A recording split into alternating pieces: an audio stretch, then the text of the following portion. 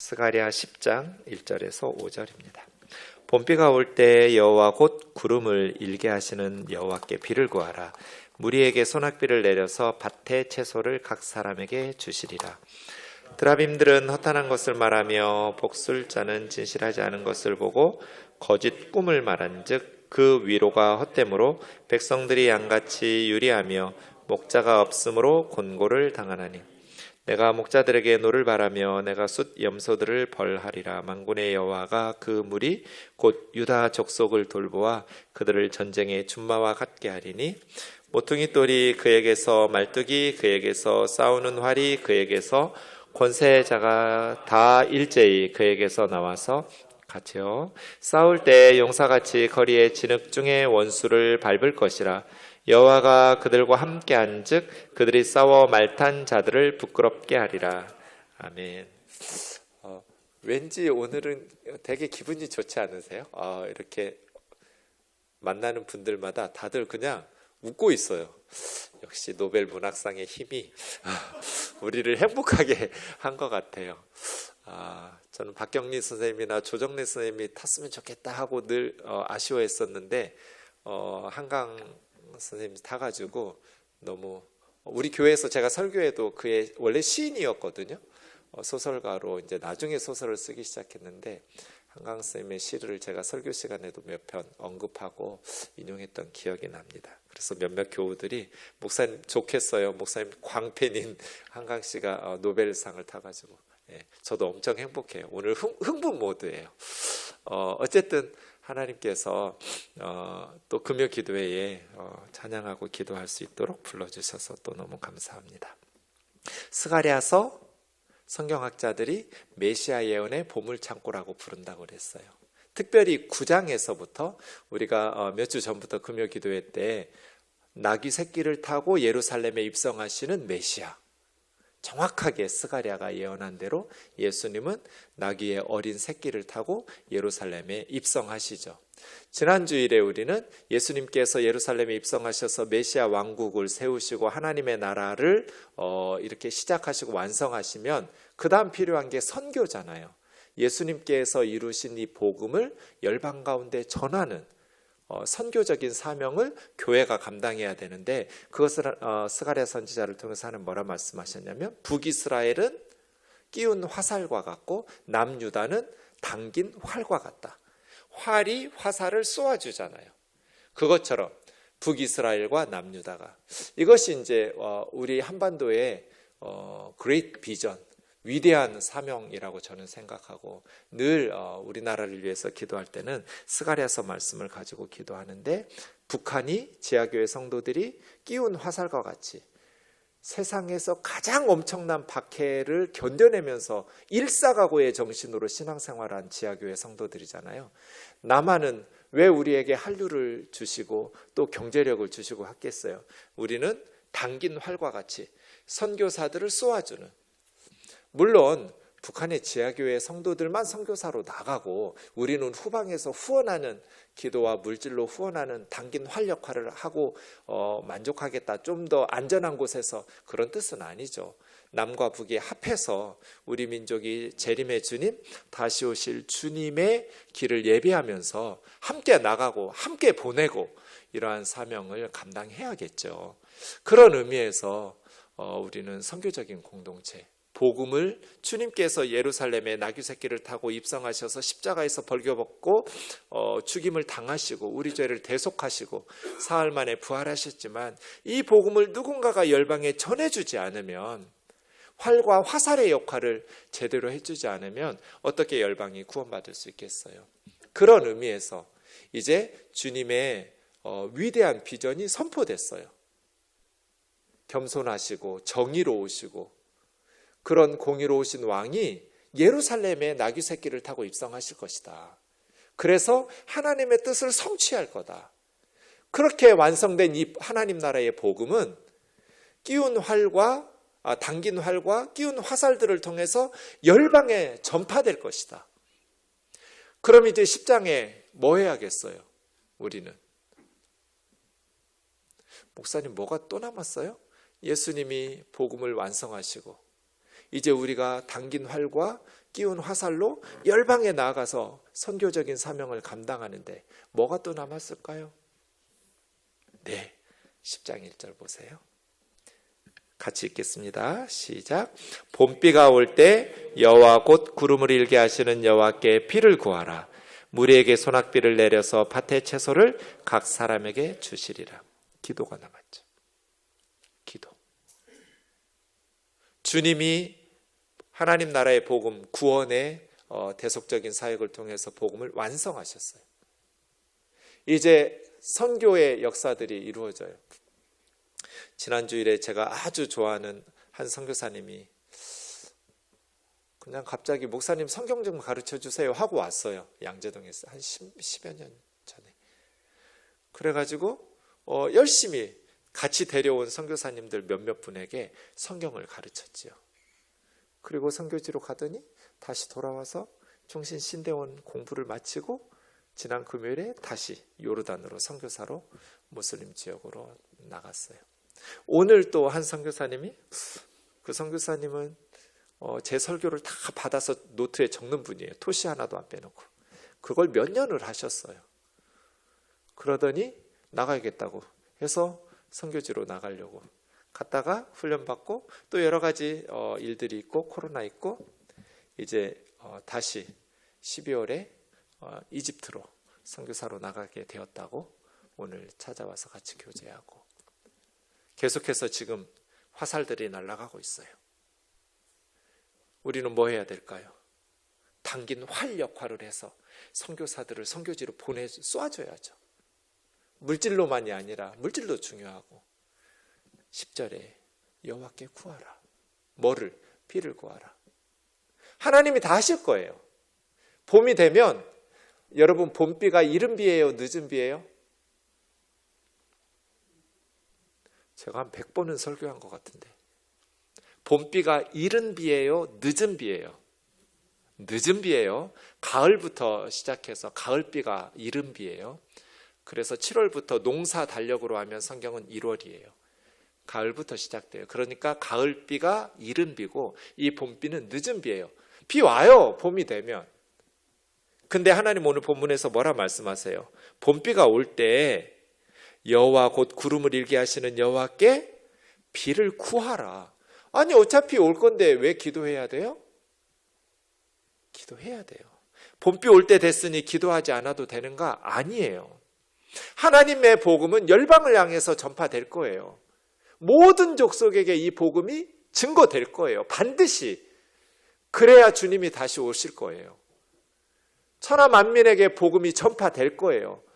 봄이 되면 비가 내려요. 하지만 구름을 일게 하시는 여호와께 비를 구해야 돼요. 이것이 우리의 사명이에요. 주님이 완성하셨어요. 그리고 열방을 향해서 복음을 전하는 선교의 역사들이 지금도 영적 전투를 치열하게 감당하면서 계속해서 화살들이 날아가고 계속해서 복음이 전파되고 있어요.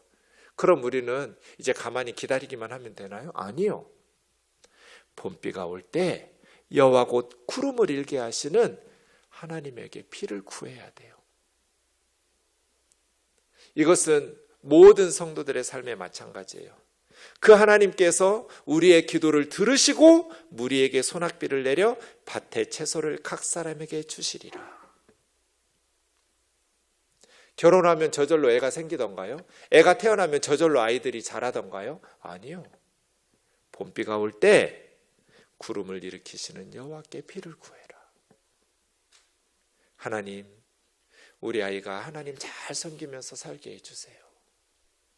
하나님, 이번 주일에도 우리 우면동 교회가 하나님께 영광 돌리는 예배자들이 모여서 함께 예배하게 해주세요. 봄비가 올 때 구름을 일게 하시는 여호와께 비를 구해야 돼요.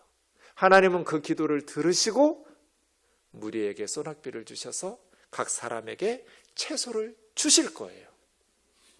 그래서 절대로 잊어버리면 안 되는 사실이 있어요. 절대로 잊어버리면 안 되는. 뭐예요? 하나님은 우리 기도에 응답하시는 방식으로 일하신다는 사실이에요. 이것도 제가 한 100번은 얘기한 것 같아요. 하나님은 우리의 기도에 응답하시는 방식으로 일하시는 분입니다. 뭐 봄이 됐으니까 늦은 비 오겠지. 아니에요.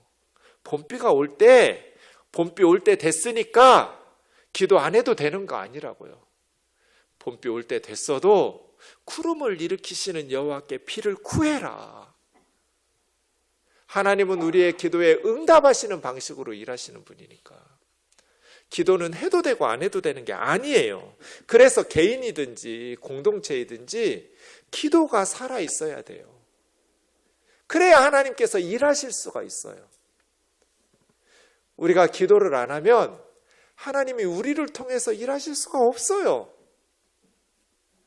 봄비가 올 때 구름 일으키시는 여호와께 비를 구해라. 구하라는 거예요. 구할 때 제가 새벽에 말씀드렸는데 예수님의 이름으로 구해야 돼요.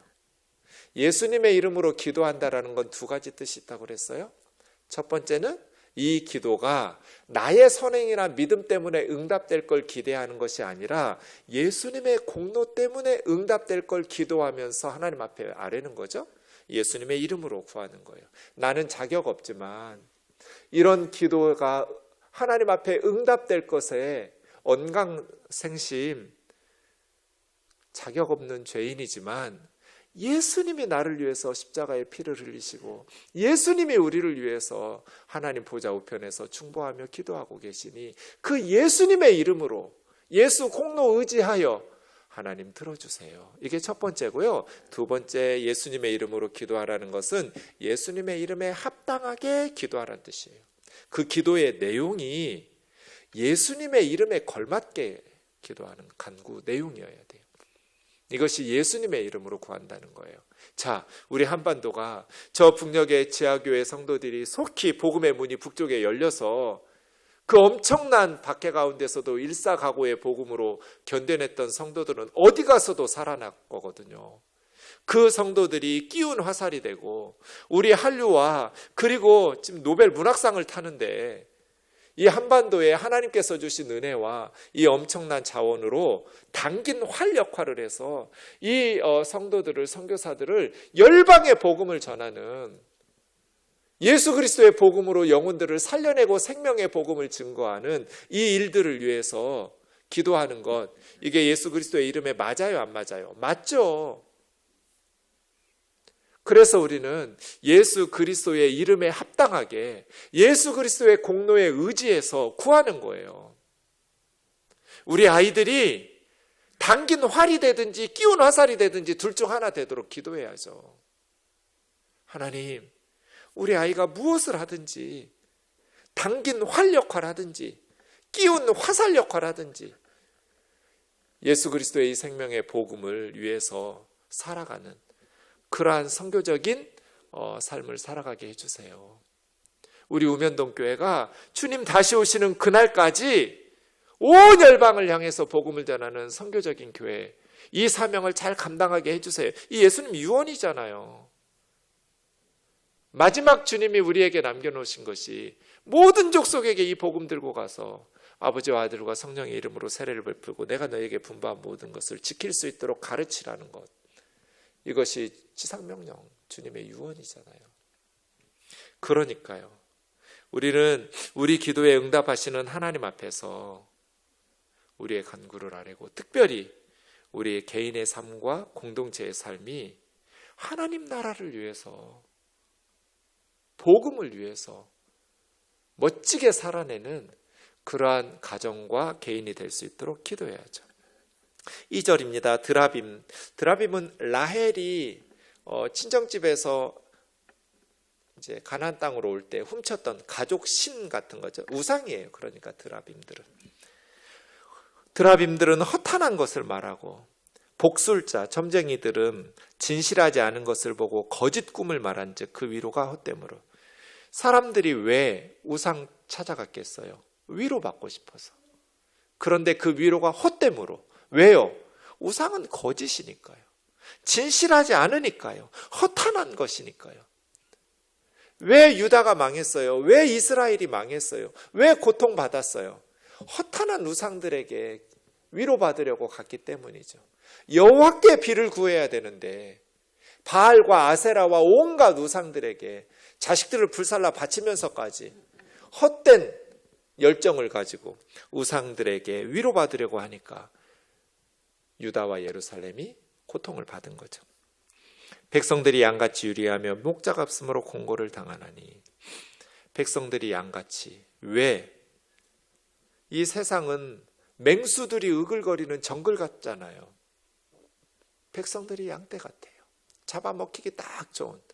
그래서 목자 역할하라고 하나님께서 세우셨는데 목자가 없어요. 그래서 백성들이 곤고를 당해요. 목자가 있긴 있었는데 이스라엘에 목자다운 목자들이 없었던 거죠. 그죠? 목자가 없었던 시절은 한 번도 없었어요. 왕도 있었고 제사장도 있었고 선지자들도 있었어요. 그런데 참된 목자들이 없었어요. 그러니까 백성들이, 연약한 양떼 같은 백성들이 곤고를 당하면서 맹수의 밥이 되었던 것이죠. 3절, 그래서 하나님께서 내가 목자들에게 노를 바라며 내가 숫염소들을 벌하리라. 양떼 앞에 선두에서 이끄는 게 숫염소래요. 리더들이 잘못된 방향으로 가버리니까, 드라빔에게 가고 복술자들에게 가니까 백성들이 곤고를 당하는 거잖아요. 그래서 하나님께서 목자들에게 분노하시고 목자들을 심판하신다는 거잖아요. 벌하리라. 목자들이 해야 될 일은 사실은 3절에 있어요. 그걸 못하니까 만군의 여호와가 하시겠다는 거예요. 천만대군을 호령하시는 하나님께서 유다 족속을, 그 무리들을 돌보아서 전쟁에 준마같게 하리라. 이게 사실은 리더들이 해야 될 역할이거든요. 겁 많은 겁쟁이 양들을 전쟁터에서 준마같이 양육하는 것. 우리 아이들을 온실 속의 화초처럼 키우는 게 아니고요. 전쟁터의 준마처럼 만들어내야죠. 겁쟁이 양들로 계속 어떻게 이 험한 세상을 살아요. 교회는 위로도 필요하지만 우쭈쭈 격려도 필요하지만 사실은 여기는 논산훈련소 같은 곳이어야 돼요. 세상이 그렇게 호락호락해요? 만만해요? 아니에요. 그래서 교회는 성도들을 전쟁터의 준마처럼 영적인 전투를 싸워 승리할 수 있는 용사들로 양육해야 돼요. 저와 여러분이 이 험한 세상에서, 물론 우리는 세상의 무기를 가지고 싸우지는 않죠. 어제 한 집사님 어머님 뵈러 이렇게 사당동에 있는 병원에 신방 갔는데 제가 알아요. 목사님, 오랫동안 우리 친정엄마의 구원을 위해서 기도했는데 그렇게 마음을 열지 않으세요. 수술을 했어요. 병원에 있으니 엄마에게 좀 방문해 주세요. 오, 가야지. 병원에서 어머니 만나고 기도해 드리고 돌아오는 내내 막 그 병원에서 어머니 그 얘기하는데 막 전도하고 이러기도 어렵잖아요. 아픈 분에게. 손잡아 드리고 기도해 드리고 힘들었던 것들 들어드리고 이제 예수님 믿으셔야죠. 네, 우리 딸이 저렇게 원하는데 그렇게 교회로 첫 발걸음이 안 떨어지네요, 목사님. 첫 번째 발걸음이 어려워요. 뒤에서 사탄이 잡아 당길 거잖아요. 제가 그 말은 안 했어요. 근데 계속 한 발걸음, 두 발걸음, 한 번 나가, 두 번 나가 하면 또 성령님께서 당기고 기도하니까 예수님 믿겠죠. 발걸음 떼시기 시작하면 정말 내가 이걸 왜 이제서 믿었나 싶으실 거예요. 행복한 노년이 기다리고 있어요. 집에 오는 버스 안에서 정말 눈물이 나더라고요. 오랫동안 친정엄마의 구원을 위해서 기도한 우리 집사님이 안쓰러워가지고 이렇게 영적 싸움 하는 거예요. 전쟁의 준마가 된다니까 무슨 세상의 무기를 가지고 싸우는 것이 아니라 우리는 눈물로 싸우고 기도로 싸우죠. 봄비를 내리시는 여호와께 피 달라고 구하는 거죠. 세상에서 허튼 짓 하고 있는 우리 아이들이 예수님의 제자로 하나님 나라의 일꾼으로 살게 해달라고 기도하는 거죠. 눈물로 싸우는 것이고 기도로 싸우는 거지. 영적인 준마는 전쟁터에 준마는 그런 거죠. 우리의 무기는 세상의 무기가 아니니까요. 모퉁이돌이 그에게서, 모퉁이돌은 건물의 가장 주춧돌이죠. 그에게서 그는 사실은 유다예요, 문맥상. 그런데 궁극적으로는 이 단락은 메시아예요. 장차 오실 메시아. 나귀 새끼를 타고 예루살렘에 입성하시는 겸손하시고 정의로우신 왕이신 예수 그리스도예요. 모퉁이돌이 그에게서 나온다는 거예요. 핵심 돌이에요. 여기 말뚝은 기둥이에요. 어떤 것에 기둥이 되는 역할을 해주는. 그러니까 모퉁이돌과 같고 말뚝 같은 역할을, 그리고 싸우는 활이, 권세 잡은 통치자들이 다 예수 그리스도에게서 나올 것이다.